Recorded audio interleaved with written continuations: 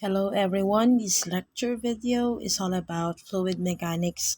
And when we say fluid mechanics, we will be dealing with the fluid behavior. When we say fluid, this is something that is flowy, like liquids, gases, blood, and plasma that is at rest and in motion. So again, when we talk about fluid mechanics, we will be dealing on how they behave at rest and in motion. Now, next we have here I have here an image of a honey bar or a chocolate bar. Is this a fluid or not? Yes, this is not a fluid. Why? Because it is not flowy, it is solid, and solids do not take the shape of the another container once they are poured into it, right? And then we also have here the water. Is this a fluid or not? Yes, this is a fluid because it is flowy, and when it flows to another container or being poured into another container, it takes the shape of that container. And that's how we can say that an object is flowy or a fluid. How about this honeybee? I mean honey. Is this a fluid or not? Yes, it is fluid. It is flowy. It takes the shape of the container. How about air or gas? Does air flow? Does it flow? Does it take the shape of a container? Yes, it is. For example, when you uh, pump an air on a balloon, the air takes the shape of the balloon, making the balloon enlarge in size or expand rather. And it can also be compressed, it can be contracted, the gas. So therefore, since the gas takes the shape of any container we pump it into, so therefore this is a fluid. Next we have here, since we already define and give examples of fluids, let us enrich our understanding. I have here two scenarios. This is from my recorded lecture. And you can slow down this video by using the playback speed icon there because I generally speak fast since I don't have anyone to talk in here. So I have here two scenarios, the scenario 1 and then the scenario 2. So for the scenario 1, the difference is that on scenario 1, we have here the nail, right? But the tip of the nail, yung dulo ng nail, is the one that is being pierced on the wall, being hammered into the wall.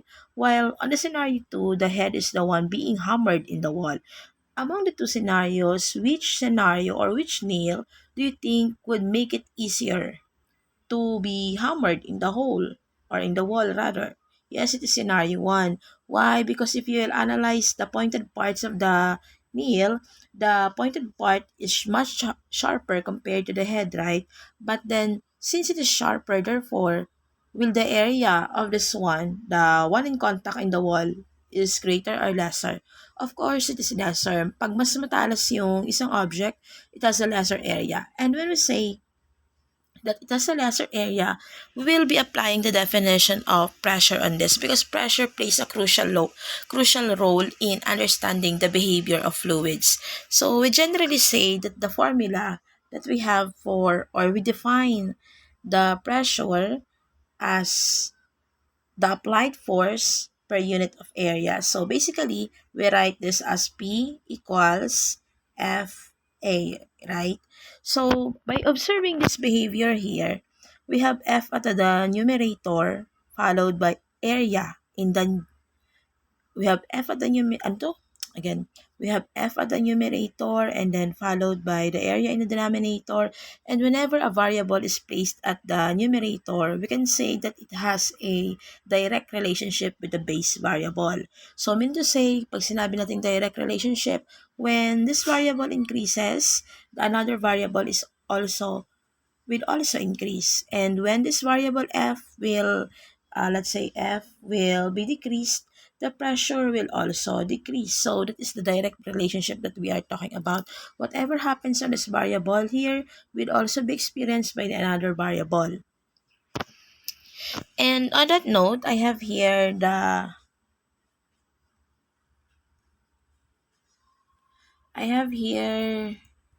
P equals F over A. And the area, since it is in the denominator, with the relationship on the base variable, we can say that they have an inverse relationship. When we say inverse relationship, the two variables experiences different scenarios or different situations or different effects. They have different effects with each other. So when we increase the area, for example, the pressure will decrease. And when we decrease the area, the pressure will increase. So they have a opposing effect on each other. So let us go back on the scenarios that we have here. So we have the area in contact in less. Area in contact is less. And looking back on the expression that we have earlier, P equals FA. Let me write it here. P equals F over A. So the area in contact on scenario 1 is less, right? So the area in contact is less, and therefore the effect under pressure will be, what will be the pressure on this? The pressure will be greater, inverse relationship. And how about the force? If the area in contact is lesser, what will happen to the force since the pressure is or has increased? So you can see the behavior of the force will have the same effect on the pressure. If you increase the pressure, the force will also increase, which is very reasonable because the area in contact is lesser, and which means you don't need the force to be exerted or applied will be more compared to the second scenario, which has a greater area, which means you need to do a lot of work on that. So the area in contact on scenario 2 is more or greater, and therefore the pressure will be lesser. And since the pressure is lesser, therefore the force will be lesser and the work that will be done is also lesser. Remember that the relationship of force to work is work equals F multiplied to D. So they have a direct relationship as well. If you increase the force, the work will also increase, or there will be a lot of work that will be done. If you decrease the force, there will be lesser work. So that's what we mean here. On the other hand, to better understand, let us look at the units of this expression. Let me erase this one. So we say for the force, what is this SI unit for the force? Yes, the SI unit for force is Newton, capital N. And then over the unit for area is m squared. And the shorthand expression of this one, or the short way to express the N over meter squared is through the SI unit of pressure, which is Pascal, or simply PA. And the next, we also have here the following. We have learned to denote, we have learned to understand, or we try to understand the pressure, the relationship of pressure, area, force, and work on a scenario. But let us analyze the relationship mathematically or through algebraic expression. So I put 3 Newton. The force here is 3 Newton. Let me enumerate 1. This will be 2. This will be 3. And this will be 4. I put a constant value on the force. This is our independent variable. 3 Newton, 3 Newton, 3 Newton, 3 Newton. So but the one thing that I changed is the area. On the denominator, I made an increasing value or ascending value on that. 5 meters squared, 6 meters squared, 7 meters squared, 8 meters squared. Now, for us to get the pressure of these two quantities, we just need to divide. 3 Newton divided by 5 meters squared, you will have 0.6 Pascal. 3 Newton divided by 7 meters squared, you will have 0. Pascal. And then 3 Newton divided by 6 meters squared, you will have 0. Pascal. 3 Newton divided by 8 meters squared, you will have 0.38 Pascal. Now, which of these quantities from 1 to 4 has a least area? Least, ibig sabihin, pinaka-konti. So, yes, this is our least area. Let me use another color and this one. This is the least area, 5 meters squared, right? And then the greatest area will be the 8 meters squared. So let us observe the effect of area on the pressure. So we will go back on our expression of P equals F over A. So when we say that the areas increase, the pressure will decrease, the force will decrease, and the work will decrease, right? And when we say that we decrease the area, the pressure will increase, therefore the force and work will increase as well. So this is the relationship based on that formula. Now let us analyze the relationship of those two. Since this is the least area, least, therefore, inverse relationship, the Pascal or the pressure will be greater, right? And since that we have here the greatest area, or number 4, the greatest area, the pressure will also be on its least amount. So the pressure will decrease as well. If the area is smaller, then the pressure will increase. So that is the relationship that you can observe between 0.6 Pascal and 0.38 because 0.6 Pascal is greater than 0.38, right? Okay, next I have here, that is why when you are in the kitchen, you are cutting vegetables or fruits or whatever you want to cut here, like illustration boards, you're cutting like that. We have two parts of knife generally. This is the part A, which is the sharp part, and the part B, which is the blunt part or blunt edge of the knife. Which of the two parts uh, are are you using to cut objects? Of course, you are using A. Why are you using that? Because you might say that this is sharper. So what if it is sharper? Because it has a lesser area, and the lesser the area, the pressure, the more pressure that you can apply on it, and the greater the pressure is, there will be a lot of force, and more work will be done compared if you use the P, which is a greater area. Greater area means lesser pressure, lesser work, lesser force. While if you have a smaller area indicates the pressure will be applied is greater, the force will be applied is greater, and there will be more work that will be done. That is what we mean by this. Now let us proceed. Let us understand.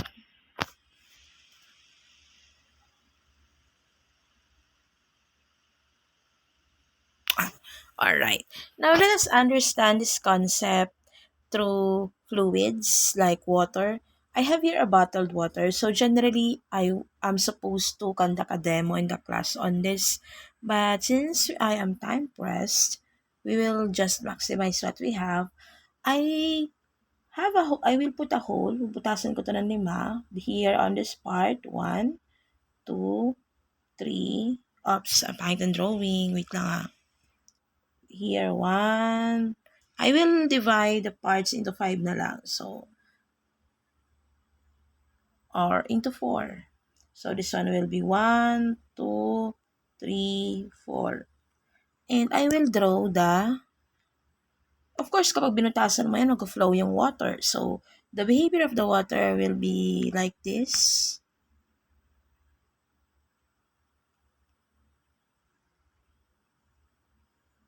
The behavior of the 2, ganyan. Number 3, ganyan. Number 4, ganyan. So, which of the parts has the greatest pressure? Of course, number 4. The number 4 has the greatest pressure. Why? Because it has the least elevation or least area. Why I say that it has a least area? If you consider this as a river, right? As a river.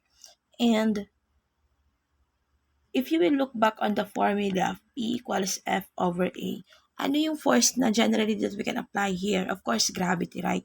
And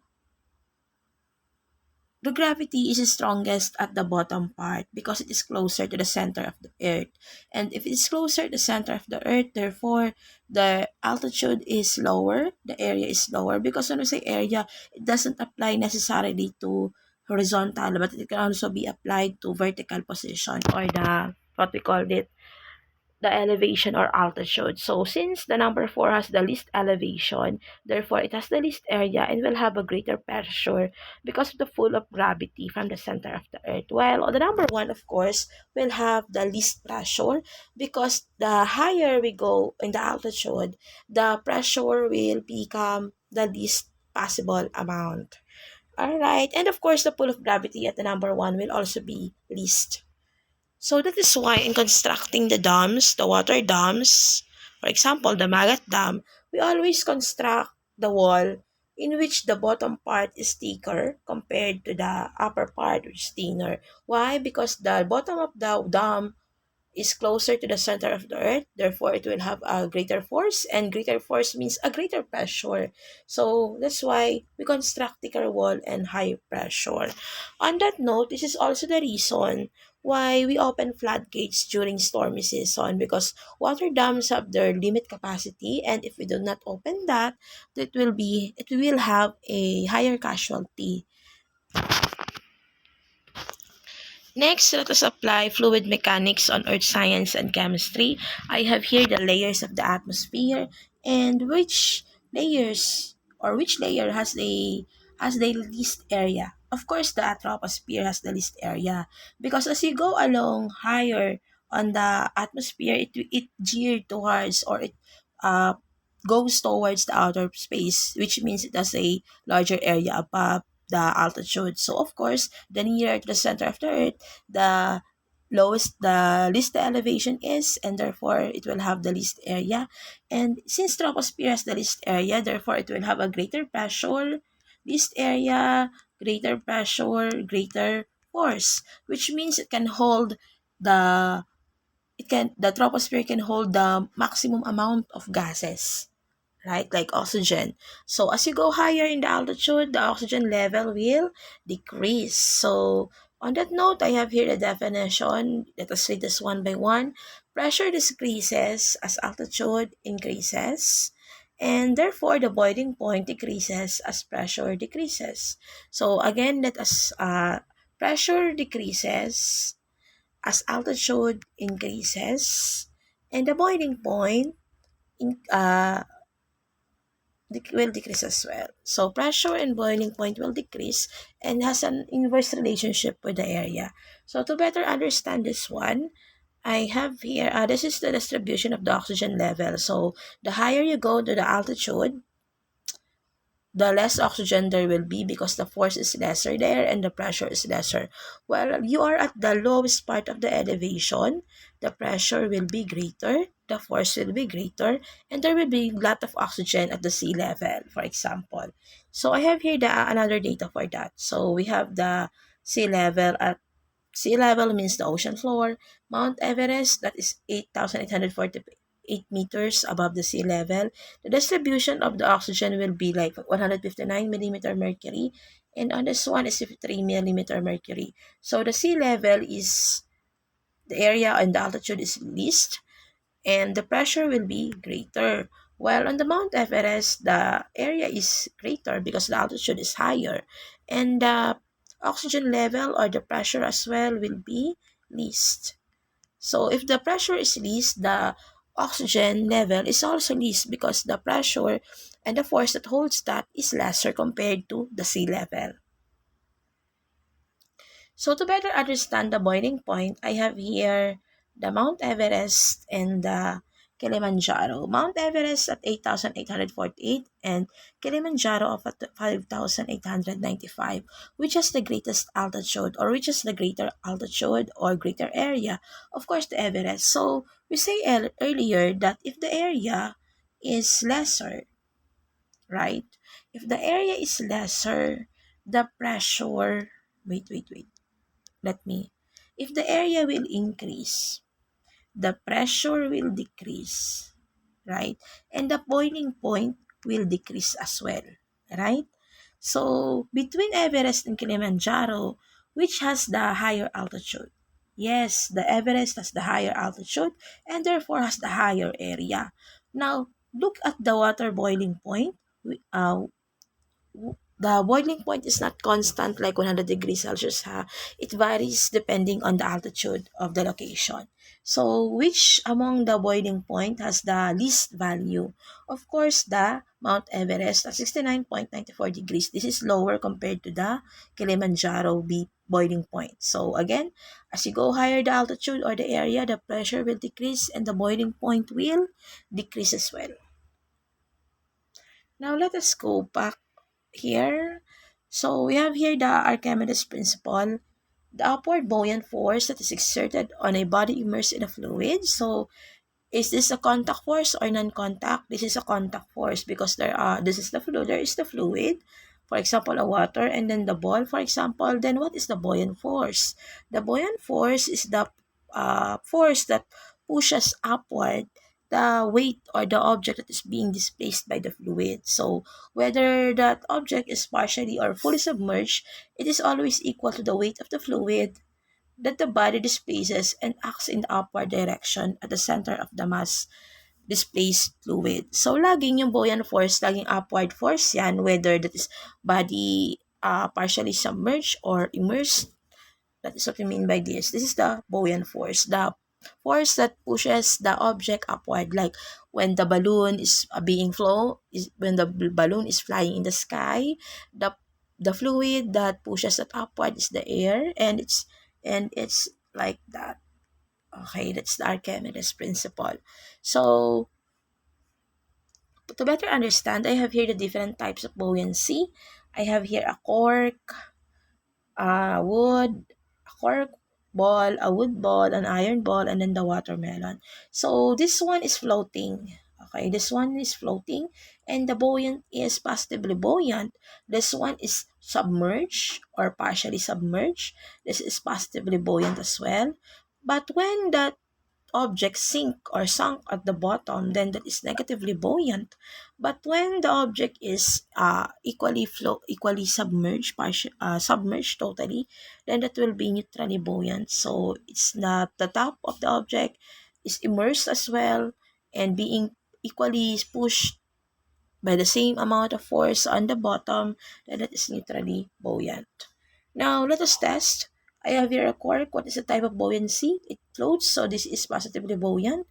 The wood is partially submerged, then this is positively buoyant. The iron is sinking here or has sunk here, so that will be negatively buoyant. Another application of Archimedes' principle is the CSF fluid or cerebrospinal fluid. This is the blue one here, the blue fluid. It flows from your spinal cord to the brain. So the purpose of the CSF fluid is to make your brain float. Otherwise, sasakit ang ulo nyo, magkakaroon kayo ng headache. That is why when you are sleeping, you should not stay on a fixed position or you should not lie on your bed on a fixed position for the 8 hours, because when you abruptly like sit in your position, from sleeping to sitting position, your head will hurt. Diba? Magkakaroon ka ng headache, mahihilo ka, because your brain is not fully supported by the fluid. So, it will bump in the skull directly, and it has a tingling effect that make you feel you will experience a headache, for example. Another one is the Bernoulli's principle. So the Bernoulli's principle is what we call an increase in the speed of fluid that occurs simultaneously with a decrease in static pressure or the fluid's potential energy. So the Bernoulli's principle is the one responsible for the flying of the aircraft, because the air flowing past the top of the surface of the aircraft here in the upper streamline is moving faster than the air flowing past the bottom here. So the Bernoulli's principle implies that the pressure on the surface of the wing will be lower above than below. This pressure difference results in an upward lifting force, right? Kaya lumilipad yung airplane because of the angle and the shape of the wings, as well as the difference between the pressure and the lower of the wing, the surfaces of the wing compared to the below part. So that is the difference. And then Pascal's principle. So when we say Pascal's principle, that is the pressure applied to an enclosed fluid which will be transmitted without a change in magnitude to every point of the fluid and to the walls of the container. The pressure at any point in the fluid is equal in all directions. So ito yung dahilan kung bakit kapag pag sinabi natin enclosed fluid, like for example, ito yung mga fluid na nasa container, like for example, the bottle itself, the bottled water. So kapag nilapag mo yung bottle dun sa mesa, flat yun, 'di ba? So hindi ka makakita ng tubig na kapag nilapag mo yan nakatabingi, right? So lagi siyang pantay kasi nasa ibabaw ng surface. That is because the pressure is evenly distributed to that enclosed fluid. Compared kapag nasa ocean, hindi siya enclosed yung tubig, tama? May iba-ibang elevation ng water, right? Pero kapag nasa baso, tapos nakalapag lang siya ng maayos, stable, pantay yung tubig, yung distribution, because the pressure is evenly distributed again. So let us try some HATS questions. So I have here the first problem. What force does an object immersed in a fluid experience following Archimedes' principle? What's your answer? Of course, letter C. The weight of the fluid is placed by the object. Mm. Object immersed there. That's the answer there. And then next, what is the fundamental principle behind Archimedes' buoyant force? The answer would be letter D. That is the definition in the slide earlier and the explanation. According to Pascal's principle, what happens to the pressure applied to a confined fluid? What's your answer? Yes, pressure remains constant. That is why the water is evenly distributed in a bottled water on or on a coffee mug, right? And the next, when discussing the relationship between pressure and fluid, which of the following statements accurately describes their connection? So, what's your answer? All right, I want you to guess that. Next, what happens to the pressure as depth in a fluid increases? So, depth, ibig sabihin palalim na tumataas daw. Okay, so the area, pag ang depth ay tumataas, ibig sabihin the area decreases, and therefore the pressure will increase. The answer is letter C. Next, which of the following principle states that as the velocity of the fluid increases, the pressure decreases? May term na velocity of the fluid, di mo na kailangan mag-isip. Bernoulli's principle. And the next, what is the pressure of a scuba diver who is 10 meters below the surface of the ocean? Assume standard atmospheric conditions. Use the density of seawater, which is 1.03 times 10 raised to 3 kilogram per cubic meter, and the atmospheric pressure of 1.01 times 10 raised to 5 newton per meter squared or square meters. So, what's the answer? Let us solve that. So, from the problem, we have the given values. The total atmospheric pressure. Wait.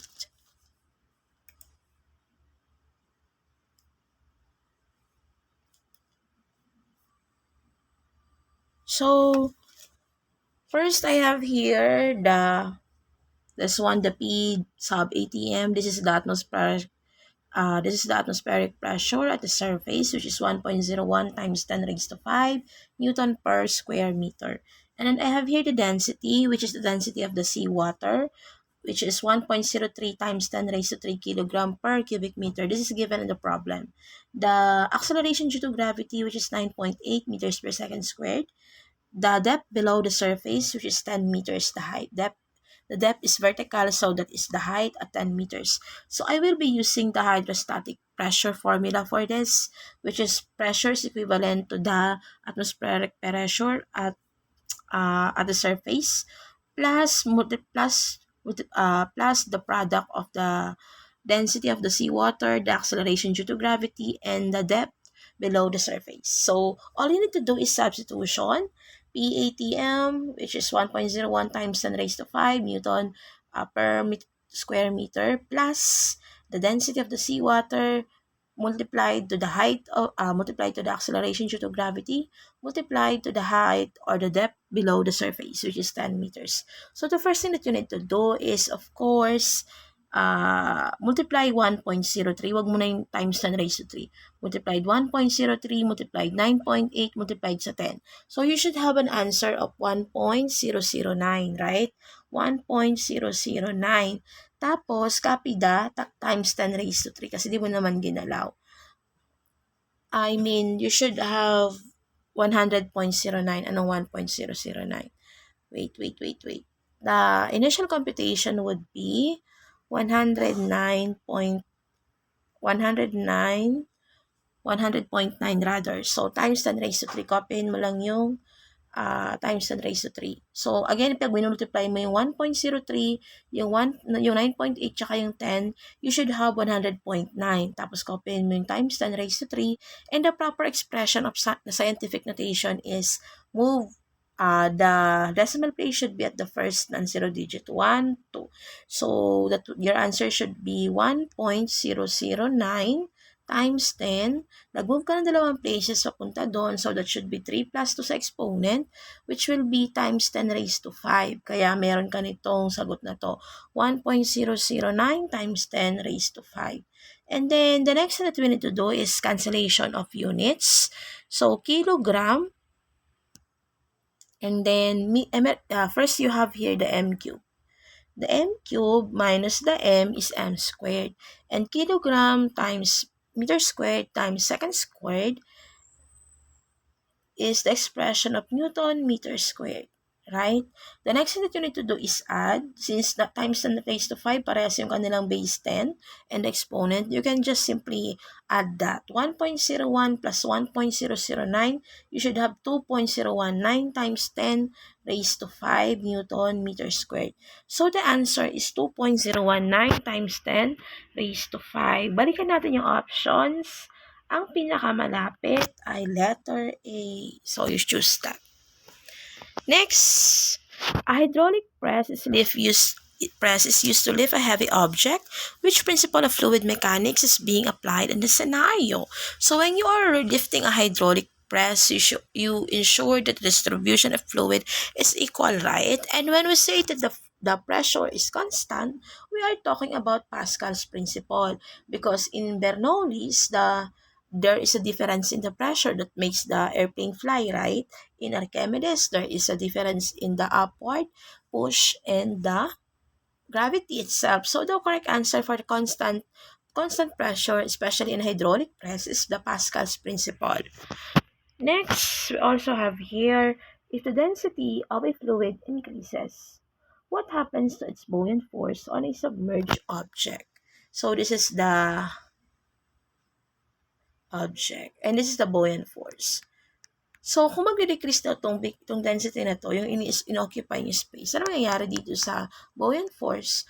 Of course, kapag nag-increase yung density, nadagdagan daw. So, what will happen on this? Will it decrease or will it increase? So, I want you to find that answer para may thrill ang buhay.